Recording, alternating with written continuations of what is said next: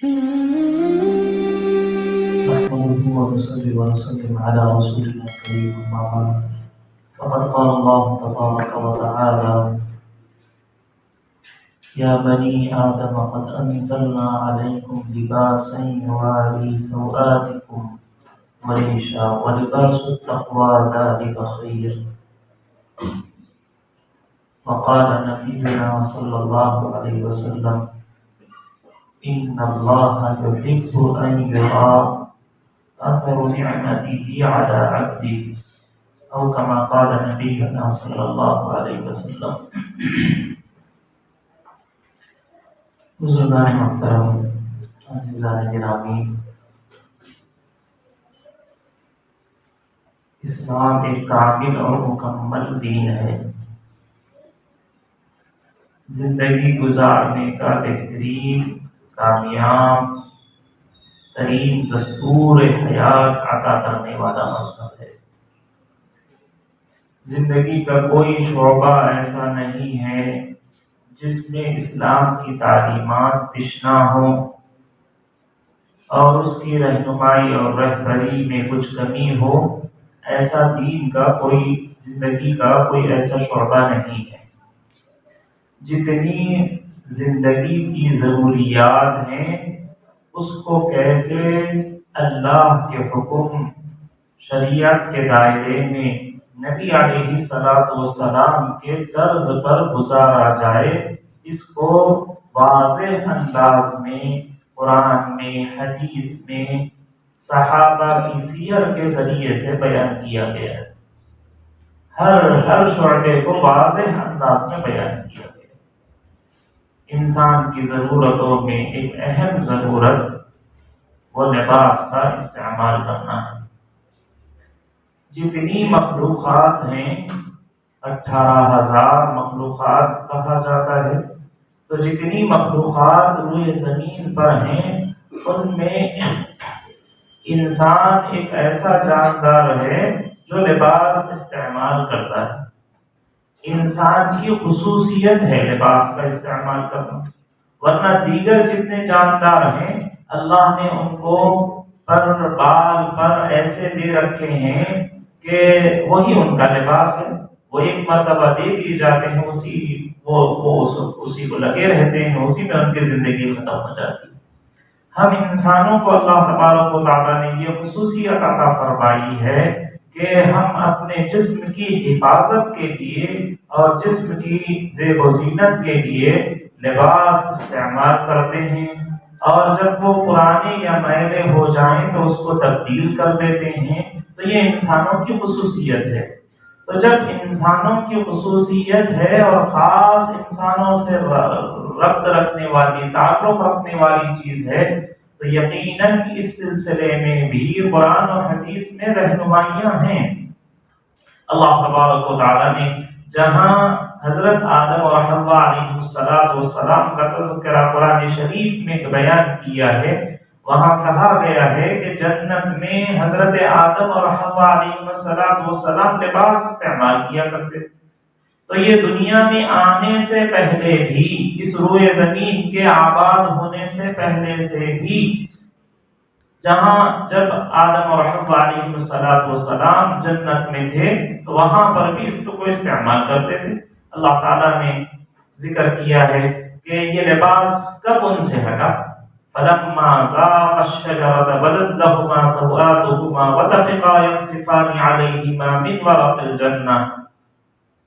کہ اللہ تبارک و تعالیٰ نے حضرت سیدنا آدم اور حوا علیہ السلام سے کہا تھا کہ یہ درخت ہے، یہ درخت ممنوعہ ہے، یعنی آپ کے استعمال کے لیے نہیں ہے، اس کو استعمال نہیں کرنا. بقیہ جنت کی جتنی نعمتیں ہیں، جتنے پھل فروٹ ہیں اور جتنے درخت ہیں، ان سب کو استعمال کر سکتے ہو.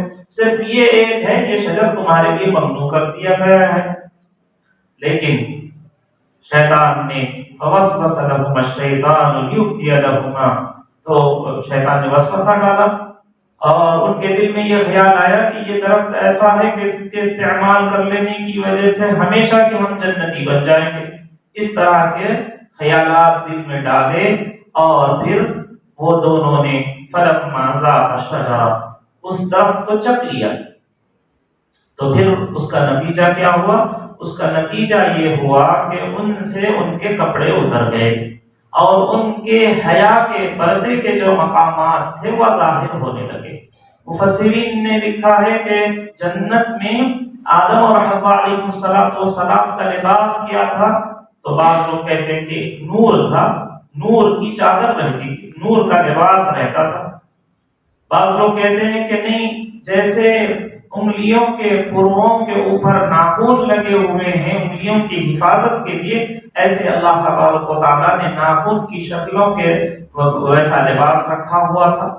بعض کہتے ہیں یاقوت کے ہیروں کی طرح لباس بنا ہوا تھا۔ بعض یہ کہتے ہیں کہ لباس ہی نہیں تھا، بلکہ وہ اعضاء جو حیا کے ہیں وہ نظر ہی نہیں آتے تھے۔ جیسے ہم کو ہماری کڈنی نظر نہیں آ رہی، ہمارا ہارٹ نظر نہیں آ رہا، دل نظر نہیں آ رہا، گردے نظر نہیں آ رہے ہیں، اندرون جسم اور بدن کے جو اعضاء جیسے نظر نہیں آ رہے ہیں، تو ویسے ہی جنت میں اعضاء جو پردے کے ہیں وہ نظر نہیں آتے تھے۔ یا بعض لوگوں نے کہا ہے کہ نظر آتے تھے لیکن اس کی وجہ سے شہوت پیدا نہیں ہوتی تھی۔ تو حضرت آدم اور حوا علیہ السلام کو جب جنت میں بنایا گیا تو اللہ تبارک و تعالیٰ نے ان کے لیے بھی لباس رکھا تھا، اور پھر جب دنیا میں حضرت آدم اور حوا علیہ السلام تشریف لائے تو اس وقت میں بھی اللہ تعالیٰ نے ان کو لباس عطا فرمایا۔ تو لباس اتر گیا تھا جیسے ہی گناہ ہو جاتے، تو گناہ کی علامت، انسان کے گناہ گار ہونے کی علامت یہ ہے کہ اس سے لباس اتر جاتا ہے۔ لباس کسی کا کم ہو جا رہا ہے، لباس پہننے کو دل نہیں کر رہا ہے، یا لباس سے بے حیائی ظاہر ہو رہی ہے، تو یہ سمجھ لینا چاہیے کہ شیطان نے اس سے گناہ کروا دیا ہے، اس وجہ سے اب اس کو لباس پہننا اچھا نہیں لگ رہا ہے۔ شیطان کے گناہ کا اثر اور علامت، اس کی پہچان یہ ہوتی ہے کہ انسان بے حیا ہو جاتا ہے، انسان بے لباس ہو جاتا ہے۔ حضرت آدم اور حوا علیہ السلام سے گناہ کا اثر ظاہر کیسا ہوا؟ اس طور پر ہوا کہ ان کے کپڑے اتر گئے۔ تو انسان گناہ گار ہے، انسانیت گناہوں کی طرف جا رہی ہے، اس کی علامت یہ ہوتی ہے کہ وہ لباس اتار دیتے ہیں، یا تو لباس ان کا چھوٹا ہو جاتا ہے، یا لباس ان کا باریک ہو جاتا ہے، یا لباس اتنا چست ہو جاتا ہے کہ بدن کے نشے و فراز واضح طور پر نظر آتے رہتے ہیں لیکن کوئی اس کو خیال نہیں ہوتا۔ تو میرے بھائیوں، اللہ تبارک و تعالیٰ نے جہاں ہماری بہت ساری چیزوں کی رہنمائی اور رہبری کی ہے، وہاں ہماری ضروریات کو کیسے دینی اور شرعی طور پر پورا کرنا چاہیے اس کی بھی وضاحت کی۔ ہماری ضرورتوں میں ایک اہم ضرورت لباس کا پہننا ہے۔ اللہ تعالیٰ قرآن مجید میں فرماتے ہیں، یا بنی آدم قد انزلنا علیکم لباسا یواری سوآتکم وریشا، اے بنی آدم، ہم نے تمہارے لیے تم پر لباس اتارے ہیں، اور لباس اتارنے کے دو مقصد ہیں۔ ایک یہ کہ سطر ڈھکنا چاہیے، دوسرا لباس کا مقصد یہ ہے کہ اس سے آدمی آرام یا زیب زینت، خوشنما لگنا، اچھا لگنے کے لیے لباس پہننا، سطر ڈھانکنے کے لیے لباس پہننا اور اچھا لگنے کے لیے لباس پہننا، یہ دو مقصد اللہ تبارک و تعالیٰ نے قرآن مجید میں لباس کے پہننے کے بیان فرمائے۔ تو ہر مسلمان کو یاد رکھنا چاہیے، جب وہ کپڑے اپنے لیے خرید رہے ہوں، کپڑے اپنے لیے سلا رہے ہوں، کپڑے خود پہن رہے ہوں، یا اپنے بچوں کو کپڑے پہنا رہے ہوں، ان کے لیے خرید رہے ہوں، تو ان دو چیزوں کو سامنے رکھ کر خریدنا چاہیے، لینا چاہیے، استعمال کرنا چاہیے کہ اس سے پردہ ہو رہا ہے، سطر چھپ رہا ہے یا نہیں۔ مرد کا سطر اس کے ناف سے لے کر گھٹنوں تک مرد کا سطر ہے۔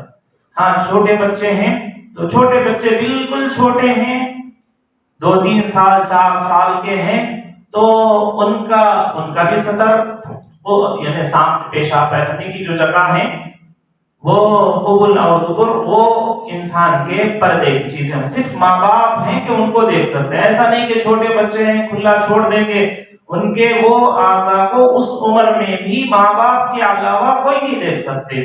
ہاں وہ ضرورت ہے، مجبوری ہے، اس وجہ سے بالکل چھوٹی عمر کے بچوں کے لیے کوئی شرعی پردہ نہیں رہتا. صرف یہ ہے کہ ان کے جو چھپانے کے اعضاء ہیں، پردے کے حصے ہیں، ان کے اوپر پردہ پڑا رہے، پیشاب پیخانے کی جگہ ان کی چھپی رہے. 4 سال تک ان کا کوئی پردہ نہیں ہو. ہاں جب 4 سال سے بڑے ہو جائیں تو اب ان کا وہ اعضاء بھی ماں باپ کو بھی دیکھنے کی اجازت نہیں ہوتی.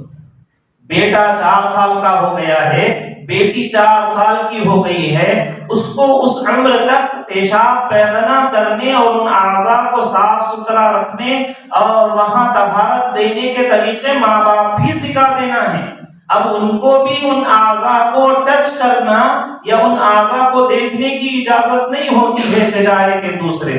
اور اگر لڑکی 9 سال کی ہو جائے، لڑکا 10 سال کا ہو جائے تو وہ بالکل بڑوں کی طرح ہے.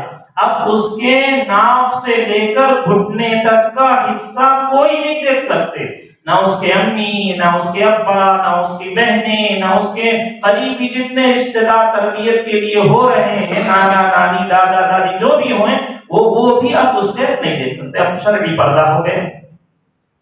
اور عورت کا سطر یہ ہے سر کے بال سے لے کر پیر کے ناخن تک وہ پورا کا پورا اپنے آپ کو ڈھانپ کر رکھے.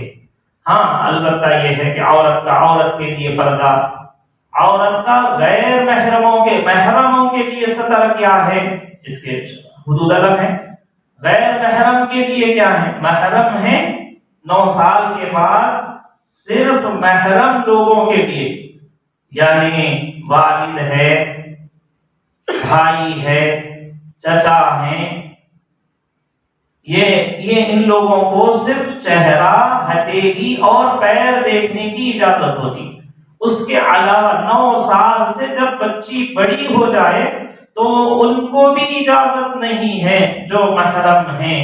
غیر محرم کے لیے تو سر کے بال سے لے کر پیر کے ناخن تک پورا بدن ڈھانپنا اور چھپانا. ہمارے آقا صلی اللہ علیہ وسلم حیا کی اعلیٰ معیار اور اعلیٰ مثال تھے. آپ صلی اللہ علیہ وسلم خانہ کعبہ کی تعمیر ہو رہی ہے، سب پتھر اٹھا کے لے جا رہے ہیں. حضرت عباس رضی اللہ تعالیٰ عنہ نے دیکھا کہ حضور علیہ السلام بھی پتھر اٹھا کر لے جا رہے ہیں اور پتھر کو سر پر رکھنے کی وجہ سے بوجھ اور تکلیف محسوس کر رہے ہیں.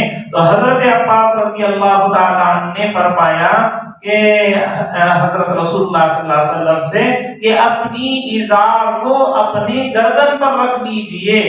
ضع ازارک علی رقبتک، اپنے گردن پر اور اپنے سر پر یہ لنگی کھول کے سر پر رکھ لو. اتنا کہا، حضور صلی اللہ علیہ وسلم کے کان میں یہ الفاظ سنے، فخر رسول اللہ صلی اللہ علیہ وسلم علی الارض. صرف اتنا سننا تھا کہ اپنا تہبند اتار دو. یہ سنتے ہی حضور علیہ السلام بے ہوش ہو کر گر گئے. کئی دیر تک آپ کی آنکھیں آسمان کی طرف آپ نیچے گر گئے اور آنکھیں کھلی رہ گئی. آپ اوپر دیکھ رہے تھے. آپ صلی اللہ علیہ وسلم زبان سے صرف یہ کہہ رہے تھے کہ میری چادر، میری لنگی مجھے دے دو، میری لنگی مجھے دے دو. یہ کہہ رہے تھے آپ صلی اللہ علیہ وسلم. حضرت صلی اللہ علیہ وسلم کے حیا کا عالم یہ تھا کہ آپ علیہ السلام اس الفاظ کے سننے کو، ننگے بدن ہو جانے کے الفاظ کو سننا بھی آپ علیہ السلام کو گوارا نہیں. ایسے حیا والے حضرت صلی اللہ علیہ وسلم ہیں. حضرت امی خدیجہ کبریٰ رضی اللہ عنہا کے بارے میں روایتوں میں آتا ہے کہ ایک مرتبہ گھر میں تشریف فرما تھی. وحی کے لیے حضرت جبرائیل علیہ السلام آئے اور کسی وجہ سے قصدن یا بلا قصد، بلا ارادہ ان کے سر سے چادر ہٹ گئی اور بال کھلے رہ گئے. حضرت جبرائیل علیہ السلام واپس چلے گئے، وحی کا سلسلہ رک گیا. تو حضرت خدیجہ کبریٰ رضی اللہ عنہا نے امی جان نے پوچھا کیا بات ہے، آپ تو ابھی کہہ رہے تھے کہ وحی نازل ہو رہی ہے اور ایسا محسوس ہو رہا تھا کہ حضرت جبرائیل علیہ السلام آئے ہیں۔ تو پھر آپ علیہ السلام کو بتایا گیا کہ آپ کی اہلیہ محترمہ حضرت امی جان خدیجہ کبریٰ رضی اللہ عنہا کے بال نظر آ رہے تھے، بال سے چادر ہٹ گئی تھی، اس حیا میں یا اس اتنا کھل جانے کو جبرائیل علیہ السلام نے گوارا نہیں کیا، یہ کہا کہ یہ بے پردگی ہے، تو وہ اٹھ کر چلے گئے وہاں سے مجلس سے۔ رحمت کے فرشتے ہٹ جاتے ہیں نبی علیہ السلام کے گھر سے، جب چادر سر سے ہٹ جاتی ہے تو پھر ان گھروں کا کیا حال ہوگا جو کبھی ان کے سروں پر چادر ہی نہیں آتی، کپڑے خرید رہے ہیں سلپس نہیں ہیں، آستین کے بغیر کپڑے پہن رہے ہیں، کتنی خواتین ہیں ان کے گلے کھلے ہوئے ہیں، کتنی خواتین ہیں ان کی پیٹھ نظر آ رہی ہے، ہاتھ نظر آ رہے ہیں، اعضائے بدن نظر آ رہے ہیں، تو کہاں سے ان بے حیائی کے ساتھ گھر میں رحمت اور برکت آ سکتی ہے؟ اور جیسے رحمت کے فرشتے عورتوں کی بے حیائی کی وجہ سے نہیں آتے، ایسے ہی مردوں کی بے حیائی کی وجہ سے بھی فرشتے دور ہو جاتے ہیں۔ آج کتنے لوگ ہیں جو لباس کے پہننے کے سلسلے میں شرعی حدود معلوم کرتے ہیں؟ یقیناً اسلام نے کوئی خاص لباس، یہ لباس اسلامی لباس نہیں ہے۔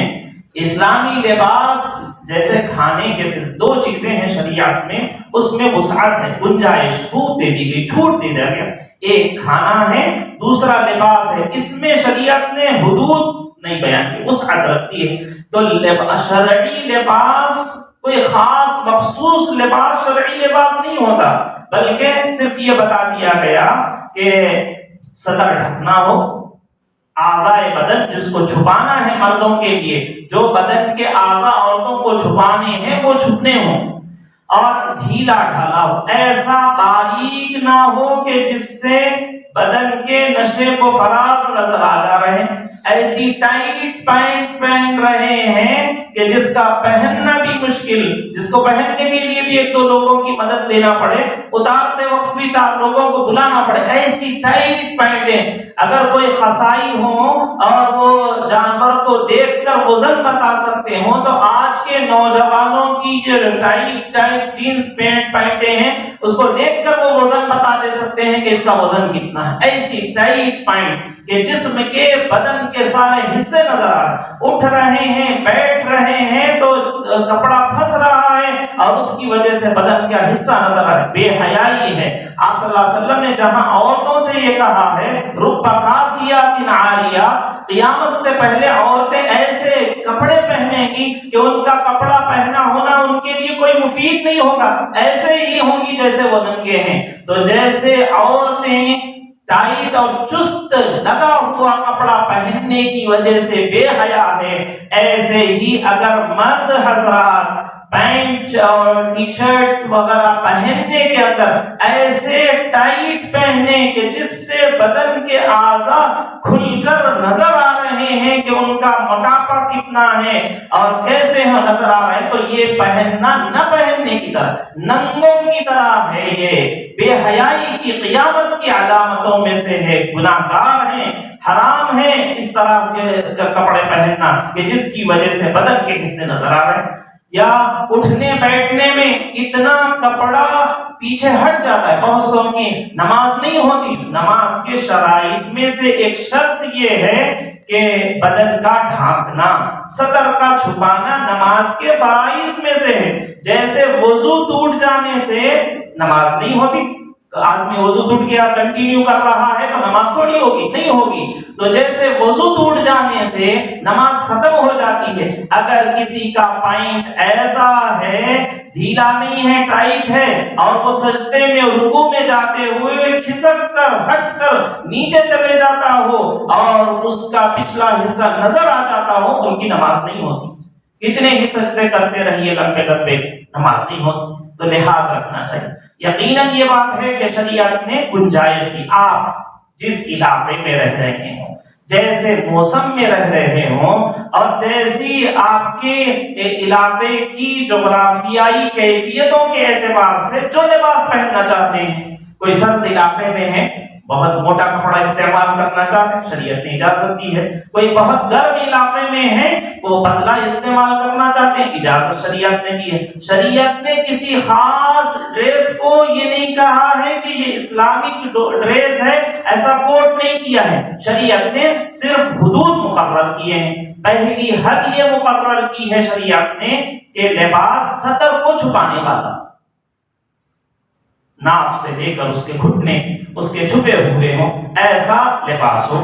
دوسرا یہ کہ وہ ٹائٹ نہ ہو، چست نہ ہو، بالکل چپکا ہوا بدن سے نہ ہو، ڈھیلا ڈھالا، اور اتنا باریک بھی نہ ہو کہ اس سے بدن نظر آ جا رہا ہو، ایسا باریک بھی نہ ہو. اور ایسا لباس ہو جو اس علاقے کے صلحاء، متقی، نیک، شریف لوگ جس لباس کو اختیار کر رہے ہوں، خواہ کسی بھی ملک میں ہو، کسی بھی زمانے میں ہو. لباس زمانے اور ملک اور حالات کے اعتبار سے مختلف ہوتے رہتے ہیں. تو ہر زمانے کا شرعی لباس وہ ہے جو اس علاقے اور اس زمانے کے نیک لوگ استعمال کر رہے ہوں، وہ شرعی لباس. اور وہ لباس شریعت کے خلاف ہے جس لباس کے پہننے کے باوجود سطر نہ ڈھک رہا ہو، جس لباس کے پہننے کے باوجود بدن کے اعضاء کھل کر سامنے آ جا رہے ہوں. اور ایسا لباس جس لباس سے غیروں کی مشابہت ہوتی ہو، نبی علیہ الصلوۃ والسلام نے اس سے بھی منع فرمایا. تشبہ سے بھی منع فرمایا، مشابہت سے بھی منع فرمایا. یعنی لباس پہنتے وقت، لباس سلاتے وقت، لباس خریدتے وقت ذہن میں یہ ہے کہ اس لباس کے پہننے سے میں اس طرح لگوں گا، دوسروں کے غیروں کی طرح لگنے کی نیت سے خریدنا یہ ناجائز اور گناہ کا عمل ہے. انسان لباس یعنی ایسا پہن رہا ہے کہ جس لباس میں اس کا مقصد یہ ہے کہ میں فلاں ہیرو کی طرح لگوں، فلاں گناہگار کی طرح لگوں. یہ نیت نہیں ہے. لباس کے خریدنے کے وقت میں، لباس کے سلانے کے وقت میں، لباس کے پہننے کے وقت میں یہ دو نیتیں صحیح نیت. ایک نیت یہ ہو کہ اس کے ذریعے سے میرا بدن ڈھک جائے اور سردی، گرمی اور موسم کی جو تکلیفیں ہیں اس سے محفوظ ہو جاؤں، اور یہ کہ میں اچھا لگوں. آپ صلی اللہ علیہ وسلم نے فرمایا اللہ تعالیٰ کسی کو اگر نعمت دے تو اللہ تعالیٰ چاہتے ہیں کہ وہ نعمت کا اثر اس پر نظر آئے. اللہ نے آپ کو مالدار بنایا تو اللہ تعالیٰ چاہتے ہیں کہ اس مال کا آپ اظہار بھی کریں، تکبر کے لیے نہیں، اللہ کی نعمت کے اظہار کے طور پر. ایک صحابی حضور صلی اللہ علیہ وسلم کے پاس آئے ہوئے تھے. آپ صلی اللہ اور ان کا لباس ایسے ہی سادہ، بالکل پرانا تھا. تو آپ صلی اللہ علیہ وسلم نے پوچھا کیا بات ہے بھائی، تمہارے پاس کچھ مال ہی نہیں ہے؟ بعض لوگ ہیں بہت کچھ رہتا ہے لیکن وہ لباس ایسے پہنے ہوئے ہوتے ہیں، ایسی حالت ذات میں ہوتے ہیں کہ ایسا لگتا ہے کہ سب سے زکات کے بڑے مستحق وہی ہیں. ایسا بھی نہیں ہونا چاہیے. اللہ نے آپ کو نعمت دی ہے، اللہ کی نعمتوں کے اظہار کو وَأَمَّا بِنِعْمَةِ رَبِّكَ فَحَدِّثْ، اللہ کی نعمتوں کو ظاہر بھی کرو، بتاؤ بھی کہ اللہ نے تم کو یہ خوشحالی دی ہے. ان اللہ یحب ان یرا، اللہ تعالیٰ چاہتے ہیں کہ دیکھیں یا دیکھا جائے بندے پر اللہ کی نعمتوں کا اثر. اللہ نے اس شخص کو خوشحال بنایا ہے تو وہ اپنی خوشحالی کا اظہار کرے. تو نبی علیہ الصلوۃ والسلام نے نعمتوں کو، اللہ کی نعمتوں کو ظاہر کرنے کو حکم دیا ہے. ہمارے پاس محدثین میں سے امام مالک رحمۃ اللہ علیہ کی خوبی یہ تھی کہ وہ ہر دن ایک نیا لباس پہنتے تھے. ان کے شاگردوں میں سے ایک شاگرد تھے جو سال میں ایک مرتبہ 360 جوڑے کپڑوں کے لا کے ان کو دے دیتے تھے اور وہ ہدیہ قبول کر لیتے اور روزانہ ایک نیا جوڑا کپڑا پہنتے اور وہ کسی غریب کو صدقہ کر دیا کرتے تھے. تو اللہ تعالیٰ نعمتیں دے تو نعمتوں کا اظہار ہونا چاہیے، لیکن یہ نہیں کہ اللہ نے نعمت دی ہے اور آپ اس نعمت کو بجائے یہ کہ اللہ کے شکرانے کے طور پر استعمال کرنے کے کسی غیر کی مشابہت اختیار کرنے کی نیت سے خریدا جانے والا کپڑا، کسی غیر کی مشابہت اختیار کرنے کے لیے سلایا جانے والا کپڑا، یہ سب من تشبہ بقوم فہو منہم میں سے ہو جائیں گے۔ جو جس قوم کی مشابہت اختیار کرے گا وہ ان میں سے ہو جائے گا۔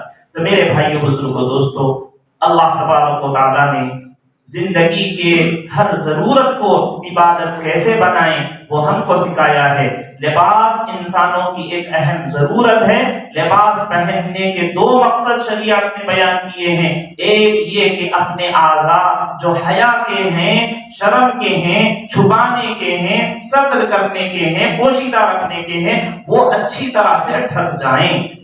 دوسرا یہ کہ آپ اچھے لگیں، ایسا نہ ایسے لباس جس کی وجہ سے سطر کھل جا رہا ہو، سطر ظاہر ہو جا رہا ہو یا سطر پوشی نہ ہو رہی ہو، تو ایسے سارے لباس غیر شرعی ہیں۔ اب آپ اس کا دائرہ دیکھ لیجیے کہ کیا کرنا چاہیے کیا نہیں۔ اور بہت اچھا یہ ہے اور بہت قابل ثواب و اجر یہ ہے کہ انسان وہ ہر زمانے اور ہر علاقے میں ان لوگوں کا، اس زمانے اور اس علاقے کے نیک متقی صلحاء مشائخ علماء کا جو لباس ہو وہ لباس اختیار کرے، یہ اور اجر و ثواب کی بات ہے۔ اور گناہ کی بات یہ ہے کہ سطر نہ چھپ رہا ہو، گناہ کی بات یہ ہے کہ وہ آدمی خراب لگ رہا ہو، ایسے سارے لباس سے پرہیز کرنا۔